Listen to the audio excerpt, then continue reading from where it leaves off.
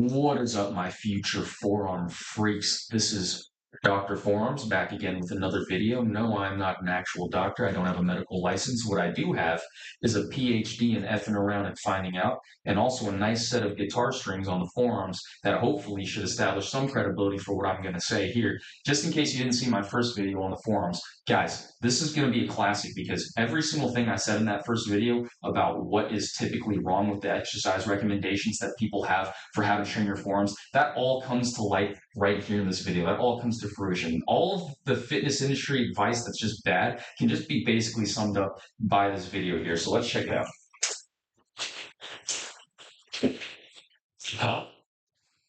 Exercise to grow huge wrist and finger flexors is the bench dumbbell wrist curl. It stretches the wrist flexors more than the standing version. The standing version only allows for a neutral wrist, whereas the seated version allows for full extension of the wrist and a full stretch. Additionally, stretch is a fitness industry buzzword in 2024. Everyone thinks more stretch equals better. So we're just defining exercises based on like that framework. Right?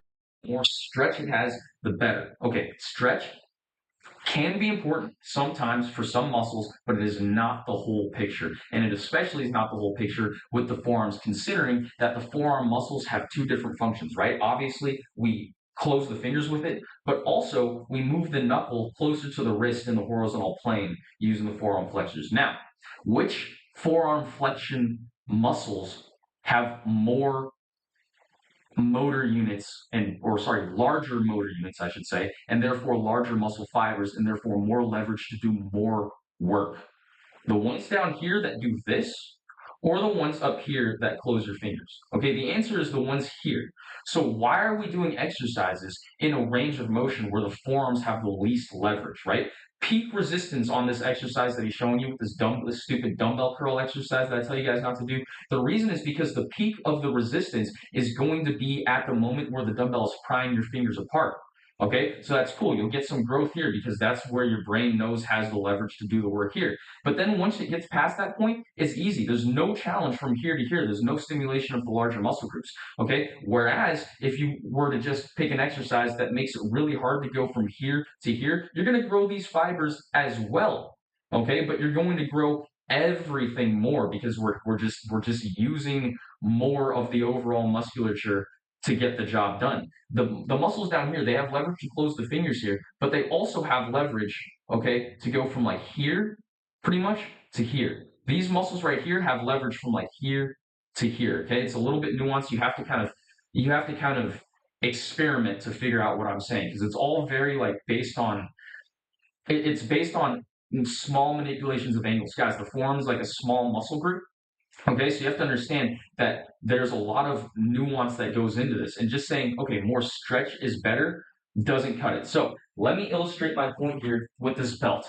Okay, you see the exercise that he's doing is based on gravity. What's the problem with that? Well, we have this thing called moment arms in physics. Okay, what is a moment arm? Well, if you take the joints that we're working, you can consider that the fulcrum. Okay, again, basic physics.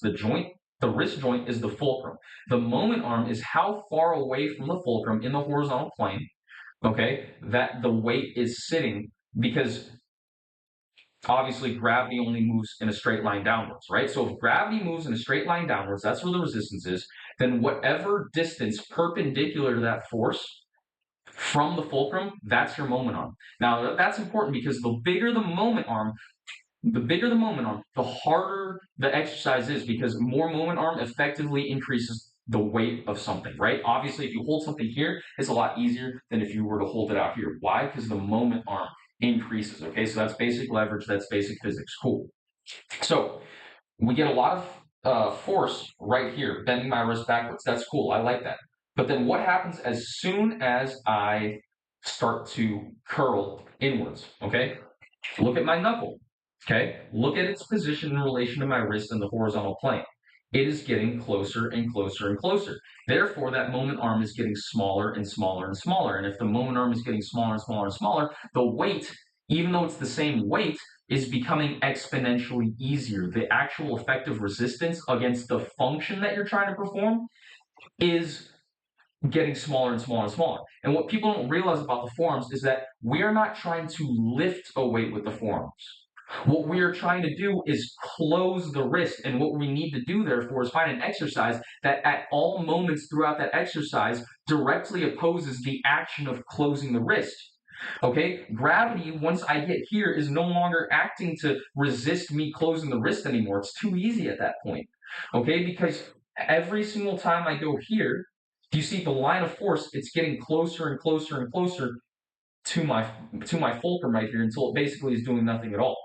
Now, contrast that with an exercise that I have prescribed for you guys, which is just to basically do the same thing, but it's more stable and it uses a cable machine, okay, instead of just a free weight. Look, if I'm using a cable machine, that means that the resistance is attached to a certain point in space. So let's say that the cable is right here, okay, we're starting in the same place as we would with a traditional, like just dumbbell wrist curl, okay, but watch what happens now as I close my wrist.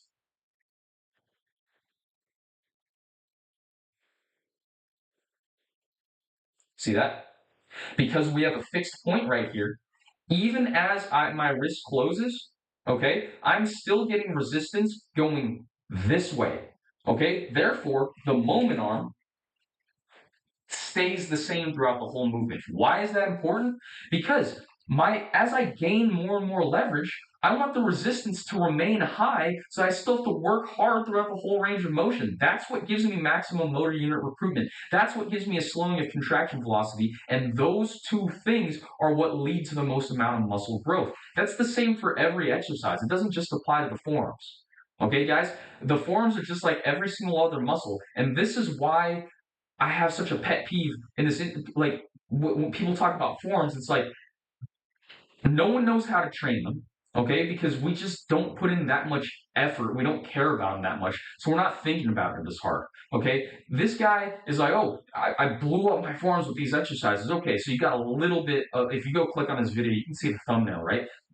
I think he photoshopped it too, right? I don't even know what his forearms really looked like beforehand, but they're not that impressive now. And that's not an attack on the guy, but it's like he probably made a little bit of forearm gains and was really excited about it because, it's not a muscle that you train very much. And it's like when you see a little bit of growth, you're like, oh, wow, I just discovered something new. Like, no, like that's forearm newbie gains. He could be doing a lot better if he actually chose intelligent exercises for them. But they're still very clearly the weakest muscle in his physique. You contrast that with me. I've been focusing on the forearms for a while, and I dedicate probably the most energy to the forearms, and they're the most developed and most prominent part of my physique, even though genetically they're my weak point. Yes, genetically they're my weakest muscle. Okay, my head my forearms were probably like this. Okay, when I first started training them. Okay, but then I started training them intelligently and effectively. I used my noggin, and that's what we're doing here.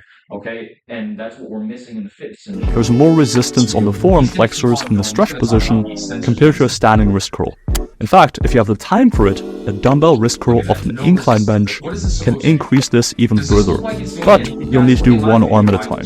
Since scientific studies have suggested the stretch position is better at building muscle than the squeeze position, we want an exercise that emphasizes this. Why no barbell? The use of dumbbells is friendlier to most people's joint supinated position. The dumbbell protecting hips, since we also want to train the finger flexors. On top of that, this will provide an even deeper stretch in your forearms, protecting them in the full stretch. Staying parallel extensors is the bench dumbbell wrist extension.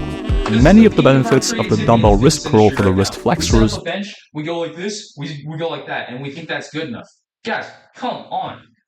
Apply verbatim to the wrist curl. So I'll just put them up on screen, either side hip. To incorporate apply verbatim to the wrist curl. So more full stretch, more resistance and stretch, flexible wrist positioning, time efficient. None of those things matter. None of those things are what matter to do actual hypertrophy. Okay? What matters is stability, motor unit recruitment, and the ability to produce high outputs that get resisted at a high enough level to where it's slowing down our contraction velocity.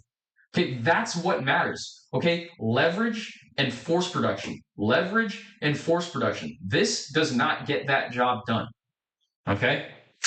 Well, I'll just put them up on screen, either side here. To incorporate these two exercises, I would do them 1 to 3 times a week, each for 3 to 5 sets each time. Okay, so let's break that down. If you're doing the bare minimum of what he's saying, okay, and you're doing it 1 time a week for 3 sets, okay, time a week. you get a maintenance stimulus from that, even if you're doing it completely right. So if you're not doing it completely right, you're going to get less than a maintenance stimulus. Your forearms, if they're bigger, they might get smaller. Even if you're like me and you've gotten a good level of development in the high threshold motor, like they might get smaller doing it that way. But we know that 3 sets performed once a week is at best a maintenance stimulus in the literature. Okay, whereas 3 sets done spaced apart a day in between each time, where you get three first sets per week, that causes a lot of growth. So already the volume recommendations are ridiculous. Now let's go to the high end of that. 3 times per week, 5 sets, 15 sets a week. Guys, no one needs that, okay? Do 2 sets or 3 sets twice per week, okay? Or do 1 set 3 times per week. Okay, that's 3 to 5 total sets per week. But what's important is that the 3 to 5 either first or second sets, which are way more potent stimulus for muscle growth than the third, fourth, or fifth sets. Okay, so even the volume recommendations here are just honestly just silly. They're just ridiculous. Okay, I don't really have much more to say. The rest of this, like half of this video is just him plugging shit and repeating himself and saying the same thing over and over again and trying to sell different products. So I'm not going to go really much into the rest of the video. He says it's only 2 exercises that blew up his forearms, and he just covered both. Guys, this is why we don't have forearm gains. Okay, look at my forearm video. It covers, I think, 6 different exercises because the forearm has 6 different functions, and all of those muscles, like you can load them really heavy and get meaningful growth from all of them. There's no reason that you have to limit yourself to 2. I mean, if that's all you care about, you can save yourself time and only do 2 exercises. But really, what's going to blow up your forearms is finding as many ways to challenge it where the forearm muscles have leverage. And the only way to actually figure out what those precise angles are for you is to actually go do it. You have to go fuck around and find out. Spend time filling out these exercises and trying to make them as hard as you can. Treat them the same way as you would a pec deck or a chest press or overhead press, lateral raise, whatever exercise, lat pull down, whatever exercises you guys actually like and you try hard on. Try putting that mindset to training your forearms. Okay, stop looking for videos like this with like the magical exercise that's going to make your forearms blow up without any effort. That doesn't exist. Okay, all of the exercises that are good for the forearms are good because they force you to try, not because they let you just zone out and not think about it. Okay, so go watch my video too. It's linked in the description. It's also going to be in the video itself.